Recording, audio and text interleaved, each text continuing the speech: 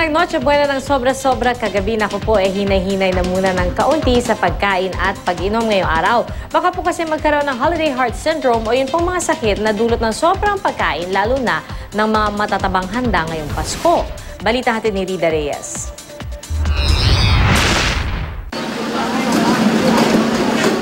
Sa hinaba-haba ng pila ng lechong ibinebenta sa pulutong ng mga lechonang ito sa Maynila, di naman doon natatapos ang araw ng di nasisimotang benta. Isang araw lang naman yung Pasko, tapos after that, workout ulit, then exercise ulit. Kailangan, Pabawiin na lang. So kailangan talaga ng after mo i-burn mo. Kailangan ma-i-burn. Ang isang ale, di mo na iniisip ang posibleng high blood pressure kapag ganitong mga panahon. Bukas na lang ang diet. Pag after the holidays na lang, hinahilan-hilang naman eh. Kurot-kurot lang. Oo, kurot-kurot lang.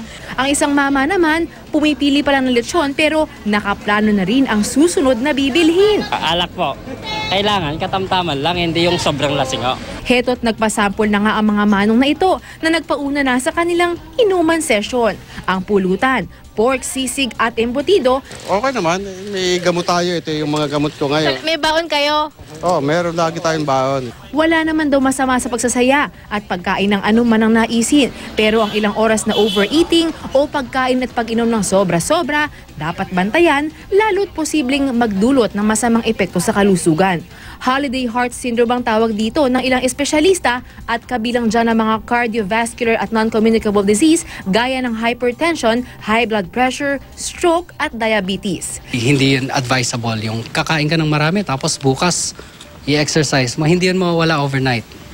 Kumain in moderation, yung tamang-tama lang, hanggang sa mabusog lang, hindi hanggang mabundat.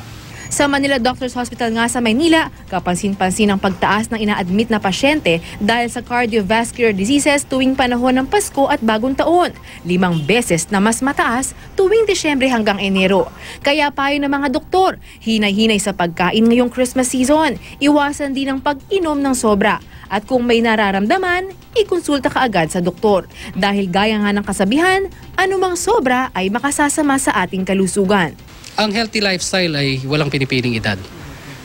Kung gusto mong manatili na hindi ka nakakaroon ng sakit, kailangan habang bata ka, iniiwasan mo na ang mga bagay na maaaring maging dahilan para magkaroon ka ng sakit sa iyong pagtanda.